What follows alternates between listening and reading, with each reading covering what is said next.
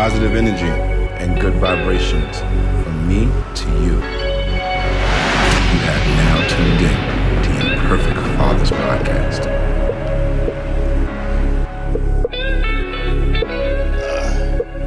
Shaking my guy. Right back at it, man. We're back at it, man. We're back. Right back at it again. As usual, positive energy. And good vibrations. From me to you, this is your boy, RJD, the Imperfect Gentleman. And your boy, JP, the Imperfect Husband. And this is another dope episode of the Imperfect Fathers Podcast. What's the word, man? How are you this week? We're back. We're at it again. We're home. You know what I mean? Yes. We are back in the saddles, man. Before we go a little deep, I want to apologize to our fans because last week we left them a little high and dry. Yeah, high and dry. We had some technical difficulties. Yeah. Life is life for your boys. The thing about this podcast that makes, I think, us so unique, especially our experience, is that we can't be who we are and be on this and we cannot be who we are and be on this podcast. That's right. So if our duties, which we would make us the imperfect fathers, takes us away from this, that's what makes us who we are. You know what I'm saying? And without a doubt. Your life, bro, has been lifing. Mine's has been lifing for the last week and a half with responsibilities, new business ventures, and the works. You know what I'm saying? Yep. This time of the school year, for instance, we spoke about it in the last episode. We talked about the school year. Yep. Because of the weeks, bro, the change in the school year, I got thrown back with my regimen for my medicine intake of the year. Because every year around this time, bro, you're going to see me. I'm going to have vitamin C water. I'm going to have my calcium intake all the way up. Vitamin D, I'm going to be outside as much as possible because this is when we get sick the most. So I notice every year I get sick because if I don't do my normal, I get sick. This year, because the time shifted on me, I didn't think to myself, start loading up. Find myself this week, bro, off my feet. I'm talking about hacking up, barely could breathe. I still sound a little congested right now, but it's that new school thing, bro. And you know, kids are walking nasty things, bro. Nasty cesspools. How you doing? My name is. It's all right, Slim Shady. My name is. It's all right, Slim Shady. But yeah, man, like just that in itself, bro, being sick for a period of time, you don't realize how much that throws you off. Yeah. Bro, like even though I was functioning, I was at a fragment of my regular energy. And you can tell. My wife and kids, everybody, even my clients, they can tell. Like, oh, you're not yourself. No, I'm not. I'm trying to be, but I'm not. Yeah. I've recently cut down massively on soda. Yeah, congratulations about that. And my 1-a-days have become 3-a-days. The pills, the vitamins. So trying to find what the balance is, because at 2 it doesn't, I don't feel a difference. Yeah. Starting to feel a little bit of a difference at 3 pills a day. So see how that works. I'm gonna take it to 4 and see how that feels. If not, then go right back to 2. We're finding our finding balance. Our place, finding our balance, and trying to keep up with this nutrition life. Yeah. And I was gonna even tell you, if you can in the morning when you do that, take a walk, get a walk in, because that's gonna move your blood around. Yeah, I just started to implement the 5 count in the morning. Just sit up once that alarm goes off, no snoozing. Sit up, count to 5, and jump out of bed no matter how I feel. Yeah. Doesn't feel good. No, bro. But our body starts getting used to it. I'm getting to that point where I'm starting to get used to it again. Before, I was one that could sleep 4 hours and be good, ready to go. Yeah. You get to a certain age in life where that doesn't work anymore, and you need that. That bed becomes really comfortable, right? And Getting out of it is rough. We gotta change. We gotta correct that again. Get back to our but at the end of the day, bro, that's a real thing for us at this age and stage, bro. And like when you're talking about getting out of that bed, like trust me. Like so, back to the update, y'all. 75 hard. I've learned a lot about myself, about my negative habits, about my threshold of pain, about my resiliency. Like, I've been learning a lot about myself in this challenge. A lot of things I'm not very proud about. But they're all things that I can work on. And to your point about the 5-second just getting up and get out, bro, like, that's what it's been every morning at 4 o'clock. Because, let me tell you, fellas, I know I ain't the only one with this. When you 3, 4 in the morning, when you know you should get up. Yeah. It's easy to get out of bed when you dolo. It's easy. But when you got a woman, a beautiful woman laying next to you, in all of her glory, her warmth, the essence of what she sleeps in, it's almost... I cuss the shit out my dog every time she wakes me up at 3, 4 in the morning. Shut the fuck up. Go to sleep. Go back to bed. No. Not right now. But before we get in trouble, right? Let's talk to the Father right quick, man, right. Before we get in trouble. Father God, we thank you for another opportunity to sit here in these chairs, God. We thank you for our life, our health, our strength. We're thankful for just being here and existing, man, because we know that there's somebody who sadly did not wake up this morning. There's someone who did not get a chance to see the ages and stages that we are at now in our current lives. And for that, God, we're grateful. For that, God, we give you all the praise and all the honor. And we also want to ask you right now, before we go any further, to bless us as we sit in front of these microphones, that we may say something to inspiring a man, to inspire a husband to be more of what he is right now for the version of himself he's looking to be, God. These are our prayers. And also help my voice right now. As you know, I'm getting over this cold. Bless me to help talk a little bit better, and I won't sound like a horse throughout this whole episode. In Jesus' name we do pray. Amen. Amen. Yeah, man. Like, it's been rough this week. But to God be the glory, bro. We got through it. You know what I'm saying? Yes, we did. And I apologize in advance for my voice, guys. But I'm working through it. This past week, bro, like I said, I've learned a lot. And I'm closer to being 40, bro. I got less than 30 days, bro. I'm down to like today is the 9th? Yeah, like I remember hitting 40. Talk about it for a second. What hit, what clicked, and what happened? Sorry to burst your bubble, bro. Word. You're not helping me, bro. Sorry to burst your bubble. When you start lifing at a young age, 40 is just another number. It's a milestone of you saying, okay, I made it to 40. Right. That's it. That's all it is. But and to that point, like rushing to get older. I've been having that issue with my daughter. Like she's in this space where, Daddy, when I'm 10, can I have? Or when I'm 16, or can you stay at 6? Yo, bro, can I have you here first? Can I get through this with you right here now, and we'll worry about 10 and 16 and 18 later. And girls have a tendency of wanting to grow faster than boys. Yeah. I know how that goes, bro. And it's a blessing and a curse. Yeah. Because they're so elevated in their thought process, you'll have an educated and advanced conversation with them, and then you realize, wait a minute, get your little young ass back over here and get back into place. Like you might have had me for a second with your escalated conversation, but you get your little ass back over here in your pocket. You know what I'm saying? But it's definitely something now that I'm more conscious of, because she's making me more conscious of it. It's, Daddy, when mommy said I can get my phone at 10. You just turned 8, Mom. Like, you know what I'm saying? You haven't even seen all of 8 yet, and not even a part of 9. You're talking about 10. But for the foresight, I appreciate, right? Like, the fact that she can look that far. My son don't even care what's happening tomorrow. Boys. All he care about what he gonna eat when he gets home. That's it. Like, but that's the difference. That's the separation right there. The difference between the two, man. But like, I'm grateful for that. But now we're talking our children. Let's slide to our wives, man. Okay.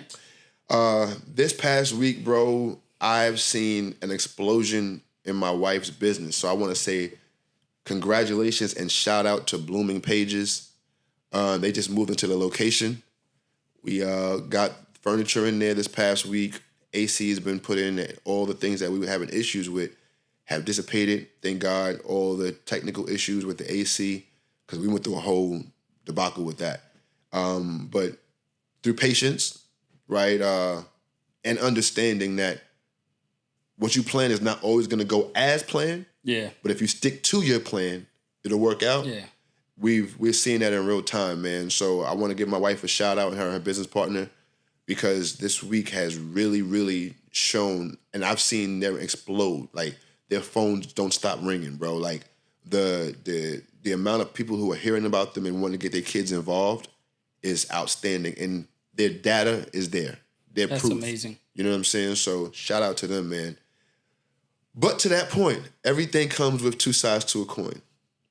And I prayed for this, bro. Like, I prayed to be where I am right now. I prayed that at one point in time, my wife would be more on the entrepreneurial side of life. Like, because at one point, about 5-6 years ago, I asked her the question, do you always see yourself in the classroom? And I didn't say it in a condescending way, or I wanted to see the temperature and where she was at, because at this time, I'm venturing out. I just wanted to see where her mind was. And it was yes. I'm cool. I like teaching. I want to teach for the rest of my life. And when she said it, I ain't gonna lie to you. I was like, oh. Yeah, I know the feeling of You know that. what I'm saying? Like, damn, that's all? Like, we're not gonna reach for nothing else. And when I said that to her, it kind of made her feel some kind of way, so I backed off. You know what I'm saying? I never even brought it up again. I just went harder on what I was doing and just, okay, I'm cool. I don't want to make you feel no kind of way, but I'm cool with wherever you're cool with. And she met her business partner at work, and she came home that day, and she had this look in her eye that I'd never seen before. And she was like, yeah, I met the person that's going to elevate me to a next level in business. And I was like, okay. It shocked me because I'm like, business? You?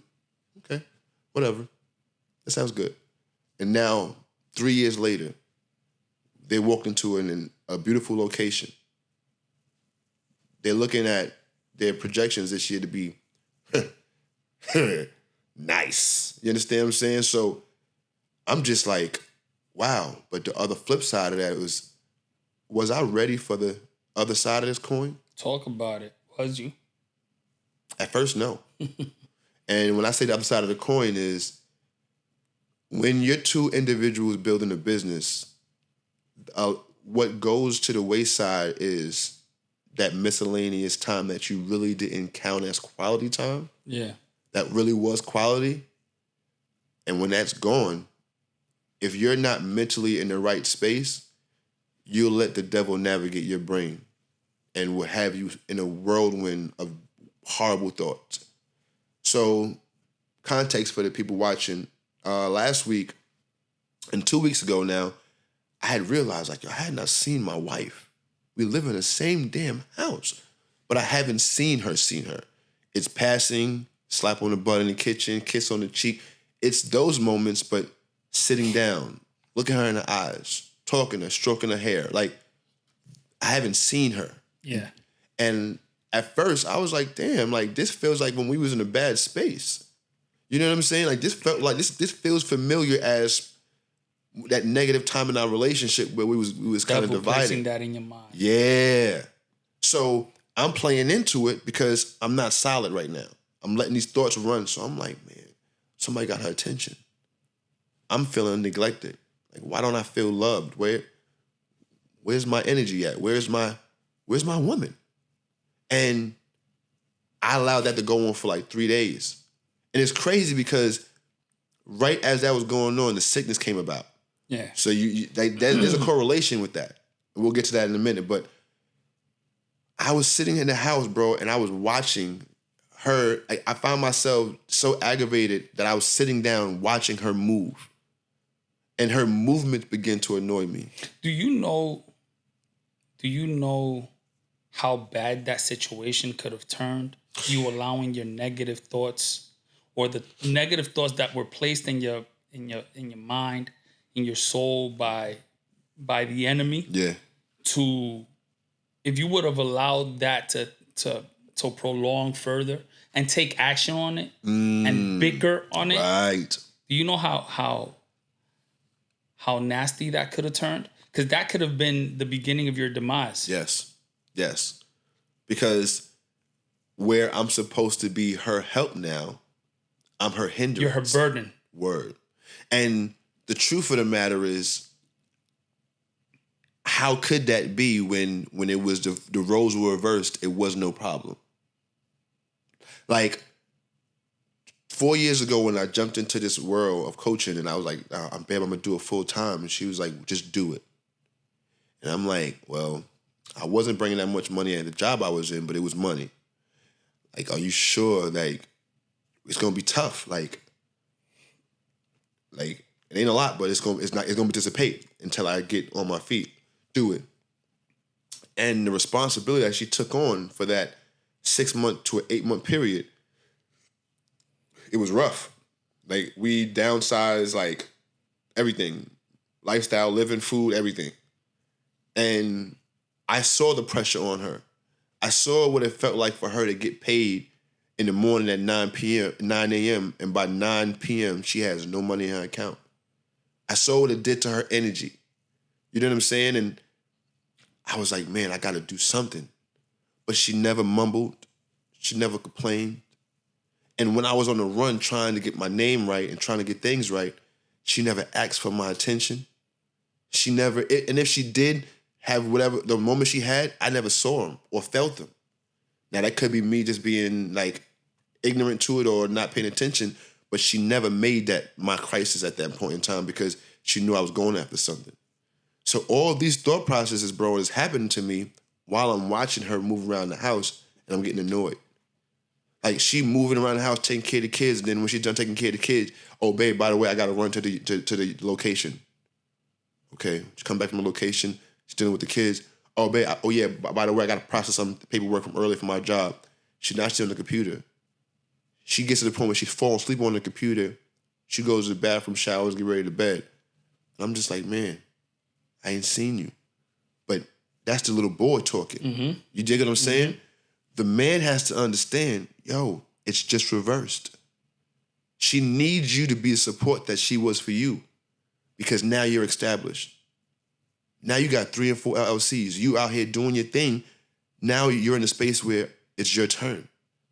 But the boy in me wasn't ready to see that, bro. Yeah. And that's why the question is, in the episode is, yo, are you prepared for the elevation you asking for inside of your woman? You got to be careful what you put out into the universe because you're going to get exactly that. Yeah. Literally.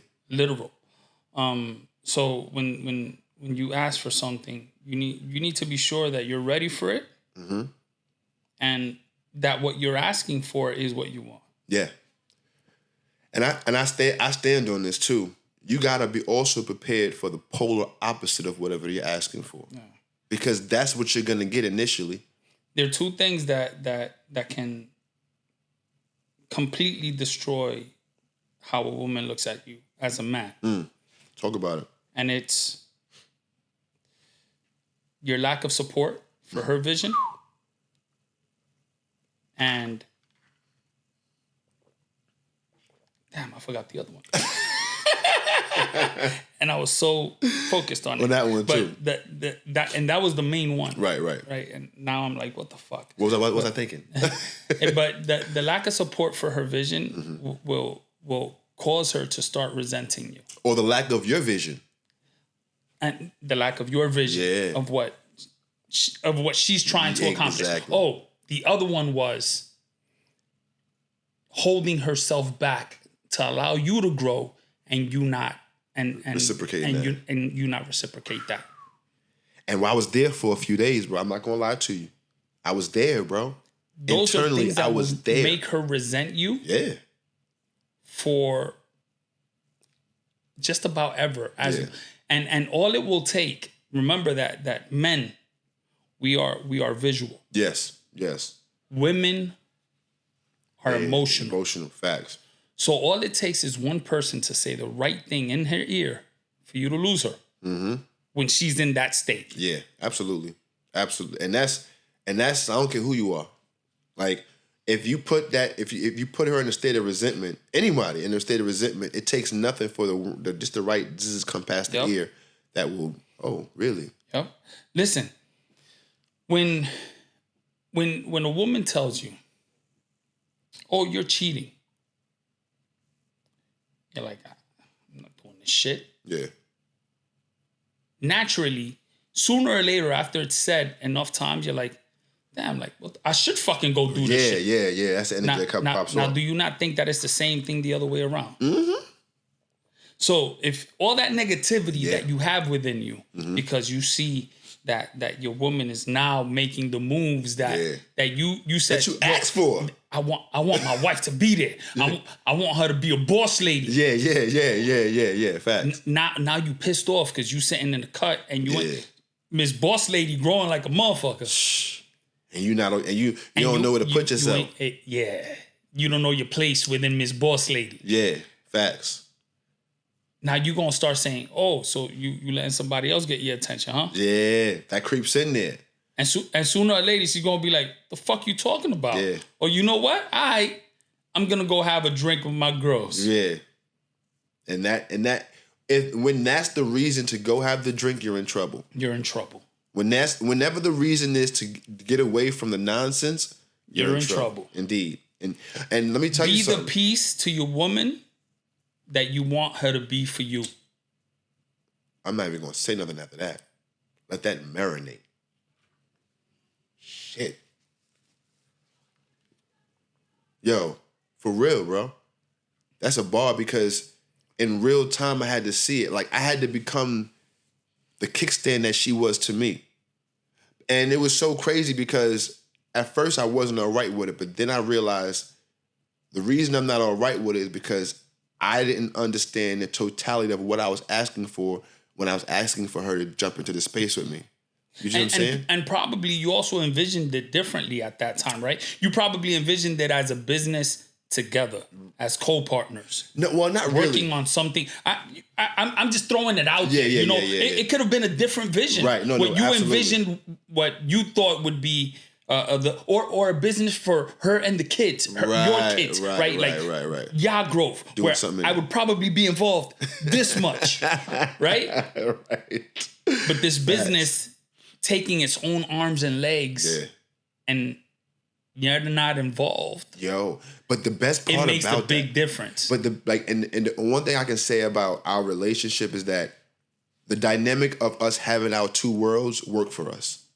When it comes down to business, like I love my wife, but I don't need her in the business. Yeah. Like, you know what I'm saying? Yeah. Like, and vice versa. Like, she needs me, my brute muscles. She don't need my education. She don't need my skill set for anything she needs done. And that also relieves me because I don't have to give that. You know what I'm saying? Like, I don't have to provide that for her. She has all of that. So when she needs of me, i.e., go to the building and wait for the AC man to come. No problem. I can work from home anyway. Like, I bring in my computer there and work. That was my ability to help her. You know what I'm saying? But as per her needing me to teach a class or any of those things, it's like, I don't have to do that. You know what I'm saying? Like, and in her case, she don't have to go over here and operate two of my businesses. She don't got to sit here and do the podcast or write notes, show notes. You know what I'm saying? Like, she's okay with cheering me on from the sideline and vice versa. And because I've seen it that way is what changed it around for me and my energy level. And I said to myself, oh, we need to talk about this. Because, fellas, you asked for something of your woman and you met her a certain kind of way. But when she begins to elevate into that next level of her life, you have to be okay with allowing her to grow in that space and be whatever that is to her to allow her to be that. Yep. Because if not, oh man, you're in trouble. And not with her, with yourself internally. Because you're gonna beat yourself up. Yep. You're gonna internally combust because and push her away. Because you know the amount of stress that she's going through. With you're not relieving with this new venture, she just basically had a child again. Yeah, absolutely. She just basically had a child again that she needs to nurture and allow to grow, help grow. And if you're being a burden, you're just adding on to her stress. Bro, and let me tell you something. One thing a woman is not going to do too much long is allow you to bring them and their energy down. Oh, yeah. Because when you're a burden in a space where they need your help, they're just simply going to tune you out. Like, I watch my mother do it. I watch my aunts do it. Like, when you don't give them what they need in a space, I'll get it done.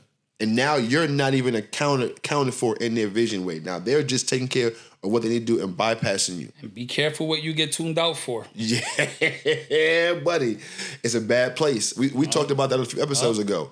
When you're allowing your relationship to go into that red zone. Like when you're sensing it, you're starting to get into that peak area. You get into that little tent of red. You better step on the brakes and reanalyze, because once it gets into the red, it gets dangerous. And then for you to recover from that red zone, it takes years. It takes years, and it never stops. No. And you forever feel that you're in that red zone even when you're not. Facts. Oh, yo, you bring up a great topic too, because getting yourself into a stable place after you've messed up is real, bro. Like yourself mentally, because bro, that itself is a fucking 9 to 5. Say that again. Shit. A whole 9 to 5, bro. So I've messed up in my relationship. Haven't we all? Right, like, and it's not like not just on a cheating level, just growing pains, right? And we all do, right? And we all do. You don't know what you don't know, but that pain the pain that you cause in your lesson, if you don't nurse that wound and help it heal within yourself too, oh, you're in trouble. Because it was like maybe about 10 years ago, me and her got into our first real big argument. We both said some things to each other that wasn't, you know what I'm saying, that wasn't two things. Yeah, one of those. Words. Yeah. It went there. We went there, and we vowed never to go back. You know what I'm saying? It was one of those, like, we went there, and it was like... Amen to that. Because that right there alone takes courage. Yeah. To say, you know what? Yeah. We fucked up. Yeah. We said things we should have never fucking said. Word. Both sides. We need to revisit this and make sure that this never happens again. Absolutely, bro. And let's make sure we pin this one on the wall so that we're looking at this every day, all day, bro. And it's so much to even tones.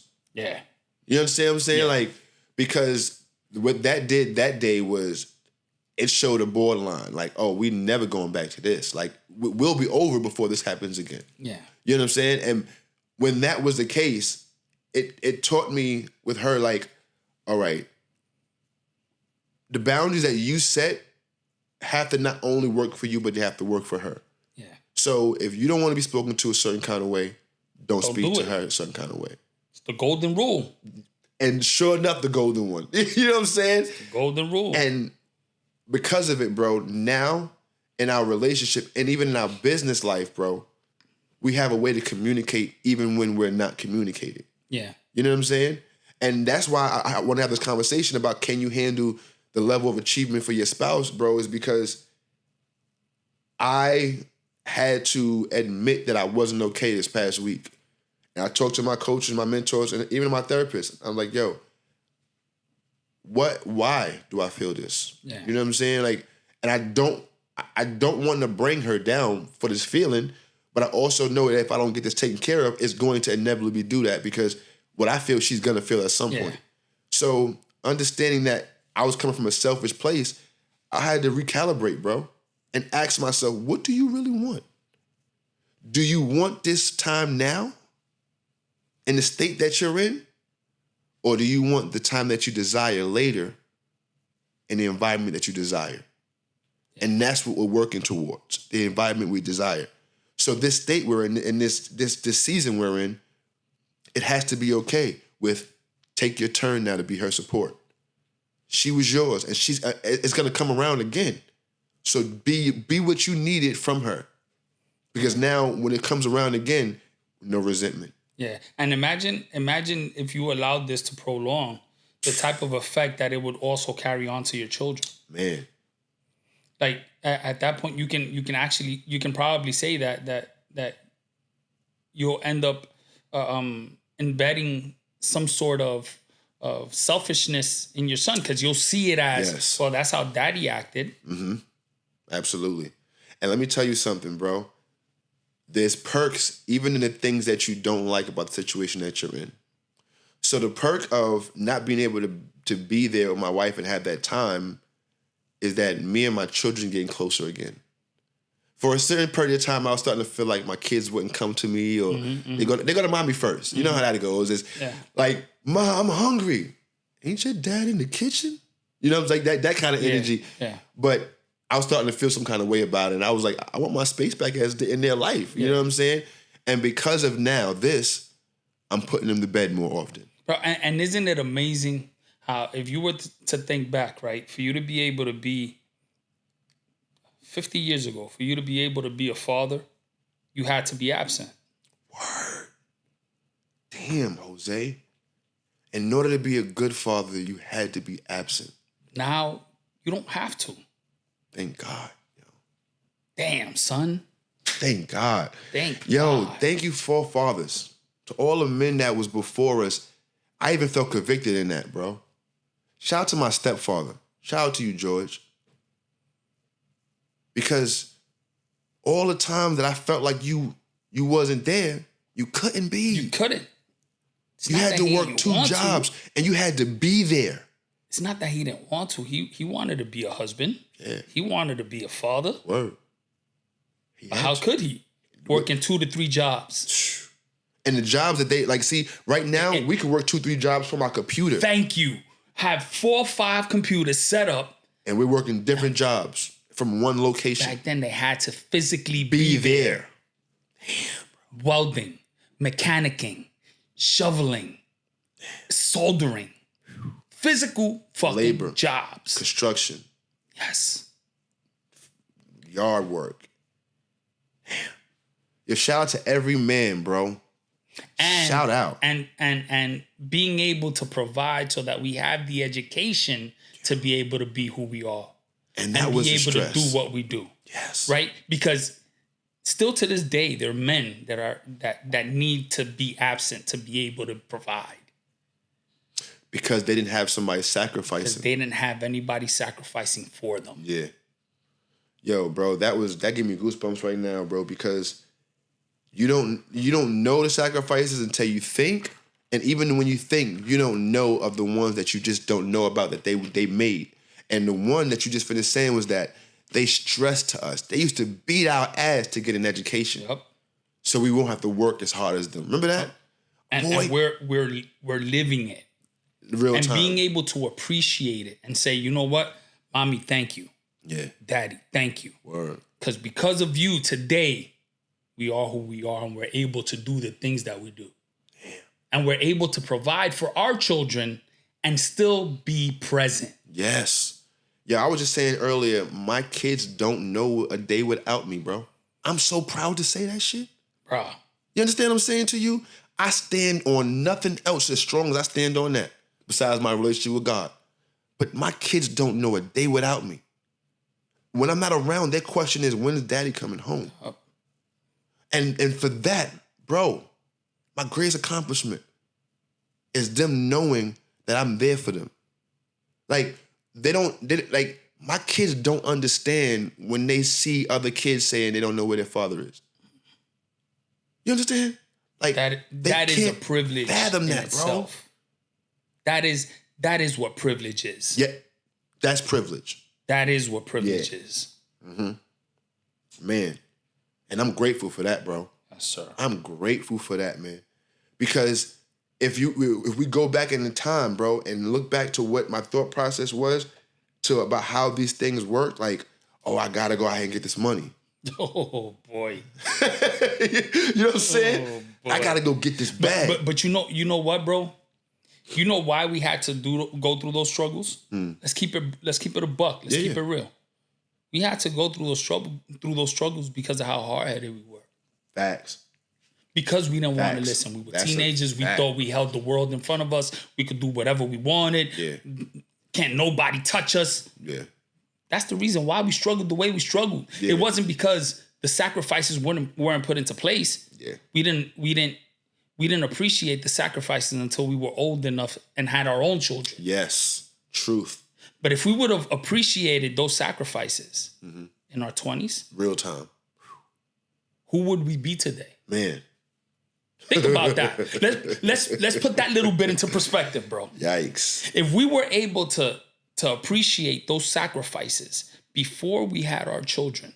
And appreciating you mean like actually working and doing the things we doing do the necessary. things that we need, that they required us to do, that our parents required us to do, right? They said, get your education. Yeah.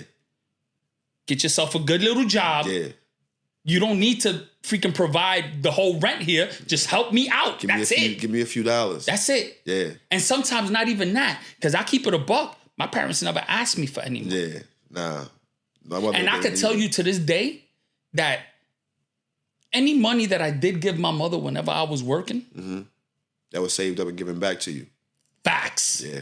Word is bond. Shout out to moms for that. Word is Facts. Bond. Word.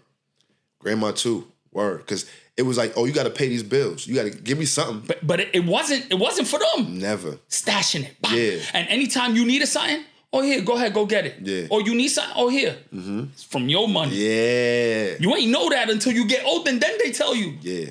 Or not even tell you, you just seen it. My grandmother did me one better. So when I turned 18, she was like, come here, I got to talk to you. And at this time, I'm living on Long Island. She stayed all the way in Queens. So I'm like, Grandma, I got things to do. Boy, come talk to me. I got to talk to you. So I make that ride. I go out there. And she's like, yo, I'm about to give you something. But I want you to understand how I got it and what it took me to get it. So you can do it for your children. At this time, I'm not even with my wife. I'm like, you know me. I'm like, Grandma, what you talking about? So she gives me $2,500. She was like, this is yours. You've been dipping in this for your whole life. This is what I'm going to give you right now. Do right by it. Of course, I blew it. Yo, that money was spent before she put it in my hand. Grandma, okay? you should have waited a little longer, Grandma. He would have really done right by it now. Yo, but shout out, but she was smart. Because what she did was she didn't give it all to me. She taught you a lesson. What she did was when she closed her eyes, she had to divvy out the rest. And I had to be at a certain age to get it. I just heard that age. You see what I'm saying? So it's like she put it into place and she made me work towards something, but it all paid up later on. Like you said, it wasn't for her good. Even my own moms. Yeah. Yo, boy, you got to give me some of the money for these bills. Here, Mom. Here, Mom. So when I had time for me to move out and I needed an apartment, oh, don't worry about it. Your apartment is paid for. You know what I'm saying? Like, and those little small things now add up to my children because, yo, if I don't have any money, Jose, in a month, I'm going to make at least $40 because 20 has to go to each account. At least $20 every month to both of their accounts. Yeah. At minimum, bro. I can't do less than that. You understand? Because their day is coming. And because my grandmother and mother prepared my day for me, I'm not a man if I don't do that. Yeah. And for that, bro, is like why now it's okay to grind right now and not see my wife. Yeah. The best investment you can do for your children at a young age is open them a Roth. Yeah. You open them a Roth, just drop it in there. Yeah, let it fall. That's going to be tax-free money the day that they retire, and it's going to grow on its own. Yeah, absolutely.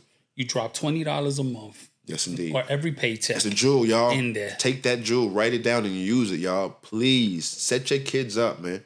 Don't let your kids come out into this real world with nothing to, know with nothing. Remember that by the time they hit 65, there'll be no Social Security. It'll be depleted. So it is our duty to make sure that they don't come into this world and struggle. Yes. Now, there's also teachings that need to go into place before that, right? Right. Because if you teach your child to be an entitled brat, no matter what you do for him, he's going to fucking struggle. Oh, yeah, no question. No question. You gotta, and my wife's principle of their business is learning is in the struggle. That's where the learning is at. And just this past week of me watching myself with my son especially, I've been more hands-off now. Because your conflict resolution has to come from your struggles. You have to be able to figure things out. Because my son has this quick nature, Daddy, help me. which I appreciate that. I am your father. I am him for you. Call me whenever you need me. But now the time is to where there's lessons involved now. Yeah, you can't call me for definitely. things that you know you're supposed to be able to do at this point. What's that saying? Hard times Yes. make strong men. Strong Yes. men make easy times. That's a fact. Easy times make Weak men. And weak men make hard times. So the cycle is there, bro. the cycle's there. Cycle is there. It's up to us to break it. Facts. Major facts, bro. And For every 10 no's, you can't give more than one yes for every 10 no's. You can't. You have to live by some sort of ratio when it comes to your balance of yes and no's. Yeah. Because if you balance it out on your yeses and your no's, you're creating an entitled child. Yeah. Because in life, it's 20-1, bro. Yo, check this out. It's 20-1 in life. I thought my cousin's mom was a little messed up for this. And he told me this, and my grandmother was the same way, but I didn't have her all the time. Like he had his mother all the time. With it, she would say no purposely. Of course. That's how it gotta be. That's what I do in my house. And to the point where she would watch him work his way to the yes. And just because she had to teach him the lesson of the no is gonna be there in life and times, she would deny him. And it would crush him. You have to, bro. Because when they get out there to the real world and they go knocking on doors, they're gonna have to knock on 100 doors before they actually get a sale. They might get 5 yeses. Right. But out of those 5 yeses, which is gonna be a turnover. Right. Right? And they go, you gotta get 100 no's to get 1 yes. So facts. You have to embed that in your household so that they start understanding from the house. Well, I'm gonna get a lot more no's in my life than I'm gonna get yeses, and I'm already used to it. So you know what? I won't feel rejected. Right. There goes that thought of rejection, because you know what happens when you start saying, "Oh yeah, papi here. Oh yeah, mommy here." Yeah. When somebody says no, what the fuck? What did I do? My life is horrible. Yeah, and they don't know how to deal with the fact that they were told no. Right, and that's a problem right now with a lot of kids. Bro. That's why there's so much depression out here. Yes. That's why there's so much anxiety out here. So much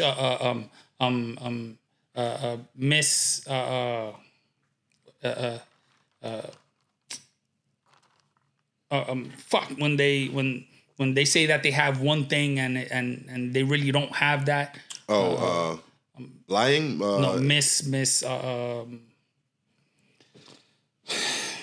Whatever. Bro. So whatever. Nah, bro. But entitlement and all those things are learned behaviors. Yeah. All of them are learned behaviors. And honestly, entitlement. Yes. But not depression, not anxiety. Those are symptoms. Those are actual mental issues that are learned from rejection. And I feel like when you that are built from rejection, not learned. Yes. And it's only just lack of preparation. Yes. And that goes to the point where we're talking about. Are you prepping your kids to go outside and be able to deal with real life? Because, to the point of the day and hour we're in right now, bro, these kids, it's not in a device. They see things as they may appear on the phone, but they don't see the real world that they're sitting in because their heads are down all the time now. So a gentleman, I heard it speaking this past weekend. They don't understand what it is to use their peripheral. At all. They don't even understand of how dangerous it is to be in an environment that they haven't scanned yet. That they haven't scanned. Yep. You understand? That process of thought is not even there. Yep. And I used to think my mother was crazy. My mother, I am not going to the Army. I'm not gonna be all I can be in the Army Reserve. I'm not doing none of these things. Why do you have me looking in rooms and you pulling me out, asking me what did I see? What the hell kind of military training is this? But it's needed. Because what happens if somebody would have snatched me? If I didn't see what was in the room, how could I tell someone what I saw? Mm-hmm. How would I be able to articulate, well, this person was in the room or that sign was yellow? How would I be able to do those things? I wouldn't be able to because I was sitting there not paying attention to my surroundings. Mm-hmm. And that's where a lot of these kids are right now. They're just going, I'm going. And that's why so much more kids now require glasses. Yes. Because when their vision is in development, it's zoned into a tablet or a phone. Yeah. And they're not able to see the wide, right, the width of the world. Right. Right. So they can't see past a certain point because their vision was developed. Yeah. To this length. Right. That's it. To this length. And they can't see. They can't focus past a certain point. Excuse me. And because of that, bro, like there are so many more other detriments that they're gonna have because of that. You know what I'm saying? And honestly, bro, like now, like in my household, bro, I'll get even more strict because I've learned that the TV now, when we were growing up, it was a privilege. Mm-hmm. Now it's a standard in homes now, and we couldn't sit in front of whenever the TV. we wanted. We couldn't. No, hell no. And if our parents got home and they were watching TV, you either watch what I'm watching or get the hell out of here. That's it. Go play Connect 4 or something. Right. Or go outside. That's it. Get out of here. I'm watching. And they'll take. You had the remote control in your hand? Give me that, before bro. Uno, it wasn't cards. What was it called? Fuck, what was the name of that game with the cards? No, with the cards. Spades. Yes. Spades. Yo, listen, go outside. Spades or 3-2. Tonk, all that stuff. Hell yeah, bro. But now that's what I'm doing more so in my house now. I'm making my kids figure out what to do with their boredom. Yeah. Because we were programmed, especially this day and age, to keep our kids occupied so they wouldn't drive us crazy. Mm-hmm. Oh, go play on your tablet. Go do this so you can leave me alone. But the worst thing you can do is that. Because now they don't know what to do with their boredom. And it's how the system, it was the change of the system so rapidly that caused us to get into that state. Yeah. Because we didn't think about it, right? It was like, oh, here's a tablet. Right. Oh, this is going to make them smarter. Oh, no. Not when they're watching countless nonsense videos. Mistake. Absolutely. It was a big mistake. And bro, let me tell you, because of my children now, they've made me more aware of what my activities are. Because we always talk about they never do what we tell them to do. But yo, I've been watching my kids, bro. Now that they, like my activities, they're more active. Like before it was come home, turn TV on. Yeah. Now it's come home, get undressed. Yo, Dad, can we go outside and do some workouts? Nice. You know what I'm saying? Like, nice. It's like, yo, I want to play a board game with you, Dad. And at first, I ain't gonna lie, a few days ago, my son brought the board game to me, and I was in the middle of billing for a client. And I'm like, no, not right now, Joe. And when I looked at what he was doing, compared to him sitting down watching TV, I closed that laptop immediately, pushed it to the side, and brought that board game because I'm like, yo, if I push you aside right now, you're gonna drift back off into that screen world, and I'm gonna lose you again. Yeah. Right now, you're interacting with me. You want to play this board game. You want my attention. You want me, and you want to be active, present, right? So I can't say that I want my son to be more active and present and doing things. When you come to me with it, I shun you. Yeah. I push you away. Oh, I'm busy right now. And we're all at fault at that. We've done that. Absolutely. I've caught myself doing it also. Listen. Where I'm in the middle of work, and my son will come, yo, Pops, can we go outside and play ball? I'm like, give me a minute. I'm working. Right. Then I'm like, yo, what the fuck am I doing? Right. I could be let go from work tomorrow. Can't be let go from being a father tomorrow, bro. You know what? I'll disconnect for an hour or two, and then I'll come back at it. Yeah. The freedom of being able to work from home. The freedom of being your own boss. Yes. Yes, bro. And that, I gotta tell anyone, if you have the ability to sacrifice that in this day and age, do it.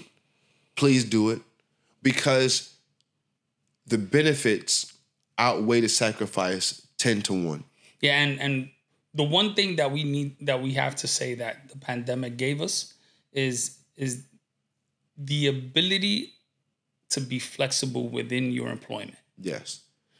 Because before you had to be at a specific location. Yes. That's the one thing. Now you're able to get employments that you're working from home. Yes. And they give you the flexibility to be able to be a parent and come back. And as long as you complete your tasks, yes, you're fine. Yes. So indeed. there's no longer excuses for you to be absent. No. No longer excuses. Bro, there's so much work as, i.e., like, things you can do. And I'm speaking this now from a space of experience. Like, I've learned that there's more money in the street than you can imagine. Legal money. Legal money. Thanks, Jose. Because you know, some of our viewers are still where we were. And the reality is that there is no more illegal money out there. Not how we saw it. Not how we used to see it back in the 80s. But no, at all. No. Right? There's nobody Whoever's outside. out there is doing dumb shit. No, if you're outside, you're not getting no money. We know that. No. You're not getting money. You're making what we used to call Tim money. Yeah. Jordan money. Seriously. You're not even making lawyer money right now. There's 1,001 ways now for you to make your money legally. And pay your taxes on. Bro, so I'm going to give a jewel right now because I know there's probably a father out there like, y'all talking all that stuff, so give me a way to do it. And majority of the time, if you're listening to us, and I'm going to make this a clip, so this is going to be a clip, you're watching this on Instagram right now, you're on a platform right now that I'm literally making thousands from as we speak right now. You on social media, you're posting, you're acting like it's just something to do, something to scroll through. You're getting your dopamine fix. If you just tweak your mind about what you're doing and how you're doing it, and heck, might even ask a few questions to learn about how to do it, I can guarantee you the very app that you're scrolling on will pay you if you learn to do it right. Because the only thing difference is you don't know what you're doing. You're just playing on the app. And these apps are not playing. They're paying. Trust me when I'm telling you. I'll give you another jewel. You've probably said 1,000 times, well, if I would have taken advantage of the World Wide Web when it came out, I would have probably been rich. Yeah. Well, you know what? Take advantage of AI. If you are allowing AI to beat you, you're not on the right side of it. Right now, it's you're the way that this is going is you're going to be one of two people. You're either going to be an AI consumer or you're going to be an AI victim. Creator. Oh, yeah. Yeah. Or you're going to be the victim of AI. Well, that's the consumer. Oh, right. That is the consumer. Right. Because either you're buying shit from AI or you're the one programming the AI. Right. And that's a powerful point, bro. Or learning how to use the program of the AI. For instance, like this podcast right there's now. No excuse no more, brother. Nah. For you to make a decent living, there's no excuse no more. No. And their only excuse is you didn't take the time to learn the skill. That's really it. And if you have an excuse, then you just don't want the money. True. Very true. Because let me tell you. You don't want the money bad enough. We were talking about this in the green room before the show. It's like, he was like, yo, how much time does it take you to post them? I'm like, yo, now the way I got it set up, I spend 3 hours a day. Yeah, this man beat me. I'm like, I spend 3 hours a day on social media, 1 hour in the morning, 1 in the afternoon, and 1 at night. Talk about it. And literally, now, I'm literally seeing checks from Instagram alone in the thousands. Put it like this, the bonus just ended a few days ago. I'm already $500 in the new bonus. Bro, don't get robbed out here, bro. No, well, they better think. They better think smart. That's all I'm gonna say. Be smart with it. That's all you're gonna. If you're gonna try that, be smart with it. Go about it the smart way. Don't. That's all I'm gonna say. Just go about it the smart way. But yo, bro, I really showboating, talking about numbers and shit.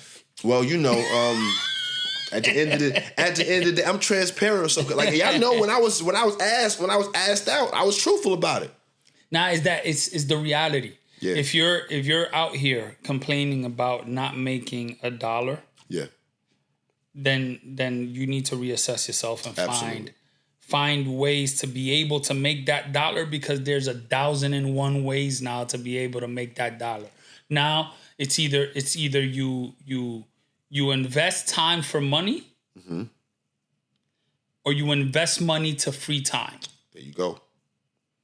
So you're going to start investing your time first for money. First. Once you start making that money, invest your money so that you're free of time. And see, the thing about it, Jose, I want y'all to understand, that's a jewel that a lot of people don't understand. You have to give your time first to get the capital. Definitely. See, people, in this age we're in right now, everything is so fast-paced. People are listening to these gurus that have surpassed that and are in their millions and all that, and they're listening to them talk, and they're hearing them say, just go get it. And those gurus forget how they started. Exactly. That you had to give the time. And this is why I appreciate my mentors. They stand on, I was at the Cheesecake Factory. Yo, bro, I was a garbage can driver. Like, I had to go give my time first to get the capital so I can buy back my time. And that's what it's about. Just look at this. I want you guys that are out there right now, go through every influential YouTuber, their main channel. Go to their main channel and go to their about. And I can bet you anything that they've been YouTubing for over 8 years. Facts. Major facts.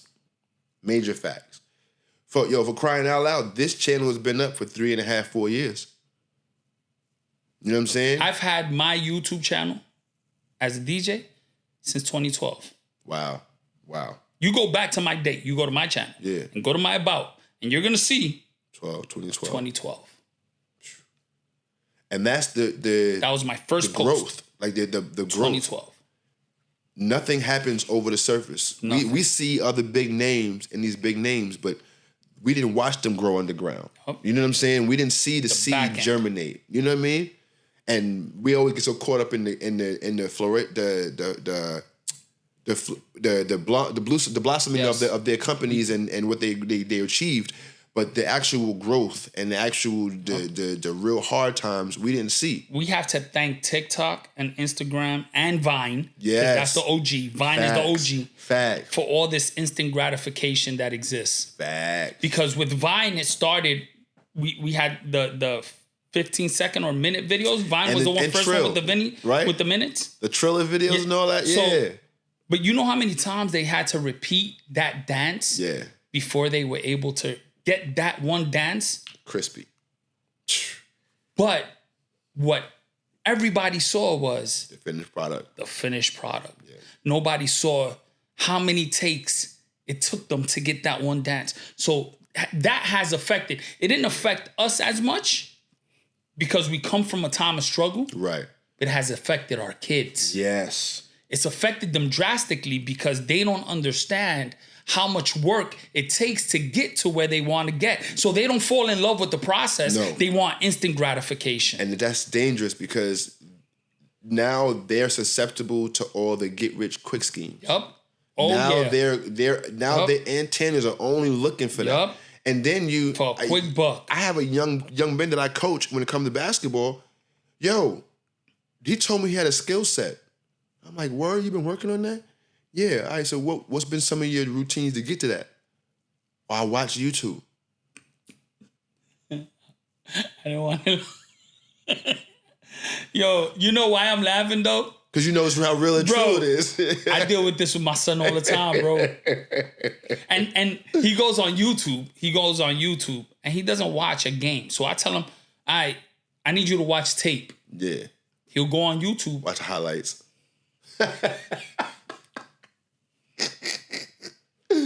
Yo. And I tell him, all right. So he comes, Curry made 43 points. And okay, how much did he miss? Right. Right. You don't even know how to watch the game. Yeah. Don't even know how to watch it. What you're watching for.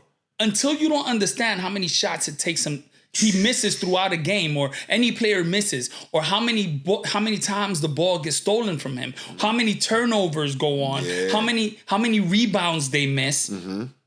You don't understand how much work it fucking takes, bro. And what people don't understand about Steph Curry specifically, because every athlete has worked from the time of till the time we see their greatness. But people don't understand is we might not see another Steph Curry unless Steph Curry has a son that has the same advantage that he had. Bro, no. The same disadvantages that he had. Because it's the disadvantages that grow you into that strength.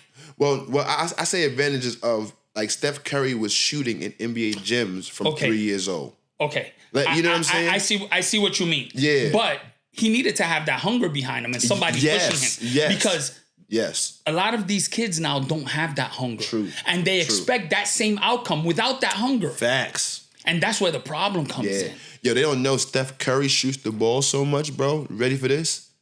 He shoots the skin off his fingers, His bro. fingers are curled. Yeah. Like Pedro Martinez. Yeah. You look at Pedro Martinez and these two fingers are cocked up like this because of all of the rotations into that ball. And these two fingers are like this much longer than the rest. Yeah. Because his body adapted to how precise his shot was. Bro. His throw was. And let's talk about the basketball for a second. Basketball is leather, right? It's not a coarse object. It's a smooth object naturally. Do you know how many times you have to flick your wrist to remove your skin off of your finger with a basketball, bro? Yo, he has pads on his fingertips, bro. You know how many jump shots that is? Yeah. You can't compete, bro. Before he starts, he takes 500 shots. That's his warm-up. Warm-up. Before he starts warming up. That's his warm-up before his warm-up. Do you know how much conditioning you have to take 500 shots as your warm-up? Mental conditioning. It's not physical. No. But physical, because you get tired after. But the mental is even worse. Yeah. Because if you don't have the mental conditioning, after 100, you're dying. And then let's talk about the commitment to greatness. Oh, yeah. Because once you hit a certain level of success, it's like, yo, Steph Curry could have been stopped. LeBron could have been stopped. Yep. But now I want more of this. And that's where the real dog is at. For you to be at a certain level and not plank and peak there, I'm good, I'm going to rest here. No, I want greatness. I want greatness. So I'm going to keep pushing myself. Yo, them men to still be playing basketball at the level they are, bro, I played, I tried, and I stopped. Yeah. And LeBron is still hooping, bro. The only way that our kids will be able to understand that is watching tape. Facts. You know how many times you sit there and you watch a game and you're watching, let's say, a Golden State game, right? Nah. I'm going to take it to Bron, right? Because Bron is the GOAT right now, right? Right. I'm going to take it to Bron. How many times you sat there and watched one of his games and say, what the fuck? Why you missing that shit? How the fuck you gonna miss that? Yeah. How many times? Yeah. How many times you gonna say, stop fucking flopping? How many times? Right. A lot. Yo, how you gonna let him strip you like that? What the fuck, you LeBron? Yeah. How many times? Yeah. Every single time you watch a game. How many times? You critiquing the shit out of him. So if he is the greatest right now, and his ball gets stolen, how the fuck you expect your ball not to get stolen and your ass only been playing for 4 years or 5 years? Yeah. You or even 6 or 7 or 8 or even 10. Yeah, no, listen. On the level in which he's on. And you don't take 500 shots a day. None. And you don't dribble a ball all day. No. And you don't do any of this and you expect the ball not to get stolen. You out your shitty, crabby ass mind. Bro, and like the love for the actual getting better is what kids don't have. They don't. I remember my mother used to tell me, put the ball down. Yo, bro, you know how many times put the ball down. I've heard kids say, oh, I'm that GOAT. What? Yeah, you can't even, your mouth can't even put. What? Do you know what GOAT means? I always ask the kids, when you say GOAT, do you know what that stands for? You have not put a 16th of the work that's required. A crumb. In a day. Yeah. In a day. One a 16th day. Of the work that's required in a day for you to call yourself a GOAT, bro. Yeah. Yo, let me tell you, the level of commitment that it takes just to be good. Just to be good. Set that standard. Just to be good. Just to be good. That means, what good means is for you to be seen. And stand out amongst your peers. Like, see, and this is what I explained to young kids the other day, is like, we're all on a level of grade, no matter if you're in school or not, right? After you go out of college, you're still going on a grade. You're still in your general area of your group, of age group. Now, based upon your age group is what your levels are. If you're not standing out amongst your age group for your abilities, you ain't good. You haven't even met the standard. More or less being greater than your peers. Yeah. Or being greater than the peer set above you. And that's where LeBron and all them greatness come in at. Yo, they were better than their peers by far. But now they're mentioned in groups that they didn't even play against. Yeah. That's the level. You know also what's one thing that most of those kids, especially back then, had that these kids are now lacking, and it's a motivation factor. The reason I say that, right? We have parents nowadays that tell their kids, "Oh, you're amazing. You are the best out there." Please stop lying. Please stop lying. When their kids need all the fucking work listen, participation trophies are the death of fucking athleticism. You just stepped on mad toes on that one. In this gentle parenting era we're in right now, you just made a whole lot of parents angry. Participation I'm gonna say that shit again. Participation trophies is the death of athleticism. Yeah. Because kids stop competing. Yeah. Oh, I'll get a trophy anyways. Yeah.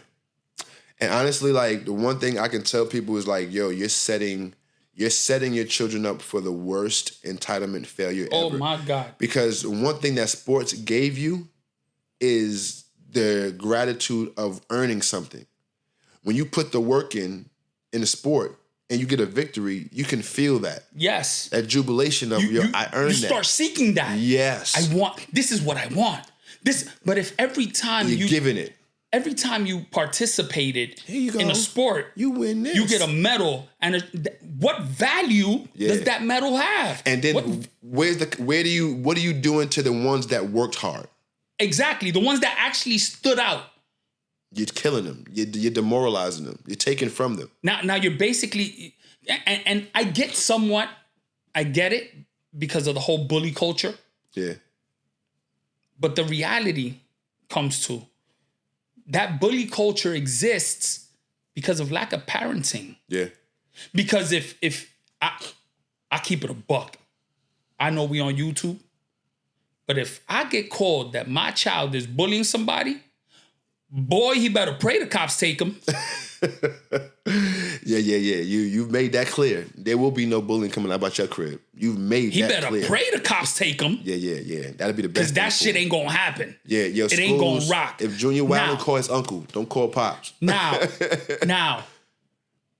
if you get told by the school that your son or your daughter is bullying somebody, and you say, "Not my child," what the fuck you think that child is gonna do? You're the issue. You're the issue. As a parent, you are that issue. What you think that child is gonna do again? Continue. So I understand that. I understand where the participation trophies came about. Right? They didn't want anybody to feel left out. They didn't want jocks to bully smaller kids and so on and so forth. I get it. But parenting starts at home. Yeah. Education starts at home. Mm-hmm. And I don't give a fuck if you got 10 9-to-5s. Yeah. If you decided to have 4 kids, 3 kids, 2 kids, even 1 kid, you better be ready to give them 100% of your attention. Yeah. That's a fact. Because you signed up for that. You signed up for that, not that child. Word. So that child bullying out there and you covering the sun with one finger, it's not his fault. No. He needs to take accountability for his actions. Yes. Yeah. Yes, without a doubt. But but that's you're not the more genesis. at fault. Yeah, you're the genesis of the problem. Than he is. Yeah, absolutely. Absolutely. And bro, one thing I'll know before we get up out of here is that if we don't make sure that we are our kids' influence rather than them being influenced, we're going to find ourselves in a world of trouble.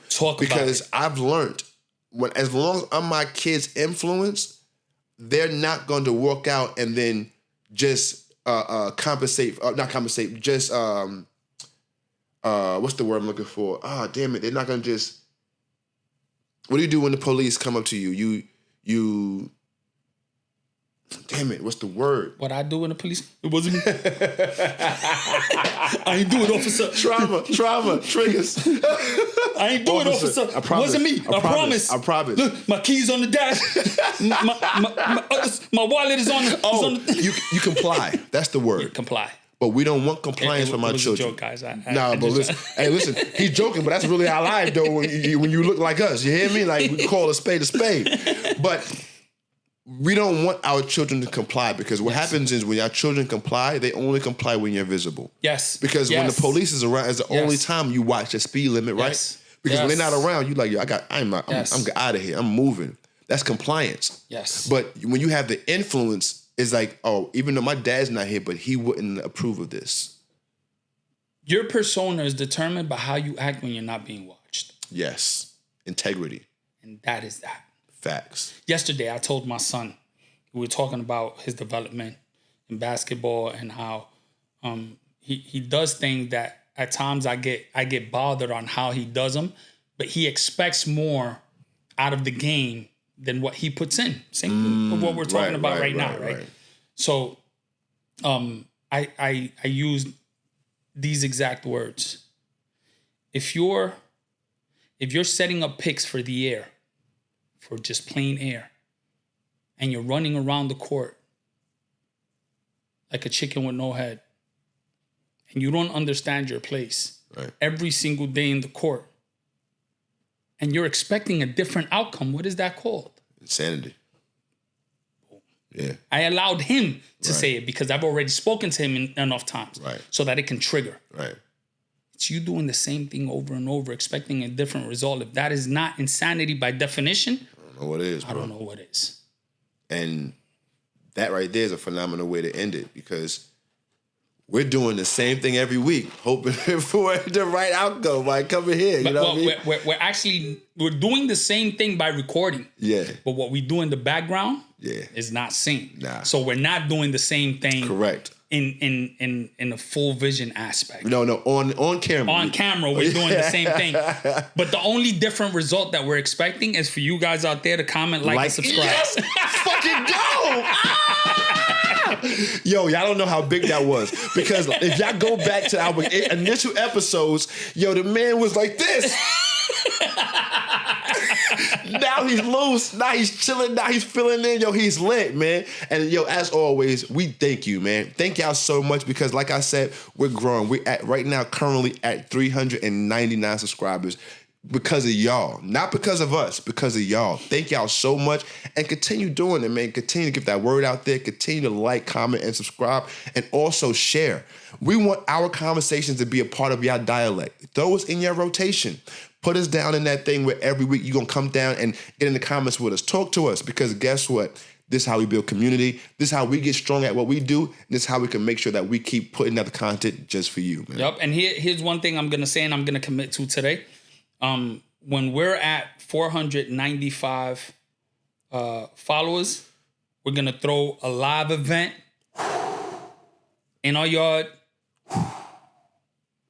to hit the 500 and celebrate together. Yo, that's real time. I didn't even know that. He just said that. That's hot off the press of Jose's brain. And I stamp it saying, I'm all the way with it. Yeah, let's definitely do that, my brother. Let's go. Let's get it. So we at 399 right now. You heard what he said. At 495, live episode, live event coming out, and we're going to get it done outside. It could be in a weekday. Hey. We getting it outside. Whenever that number hits. So y'all get us to that number quick. Make sure we get to that number quick, y'all. We really, really appreciate y'all. So as always, man, before we get up out of here, what you got for him? I think I said enough today. Okay. I ain't mad at that. He felt he gave y'all enough. Me, myself, personally, I'm going to say this one thing to y'all. I love you. One thing I too, brother. Yeah, for sure. Love you too. One thing I realize is that we don't get a chance to tell each other that, and majority of the time, we as men need to hear it more than we get it told to us. So for the fellas out there, no funny business, no ditty, right? None of that wild shit. But yo, I love you, bro. Keep doing what you're doing. I'm proud of you. I see you. I know that you're doing the best you can with what you have. And that's all that anyone can ask of you, man. So keep pushing forward. Keep fighting the good fight, man. And trust me when I'm telling you, nothing you're doing right now is going unseen. Because if we don't see it, the man upstairs sees it. And he's going to pay you in full for all of your work and all of your due diligence. So don't give up.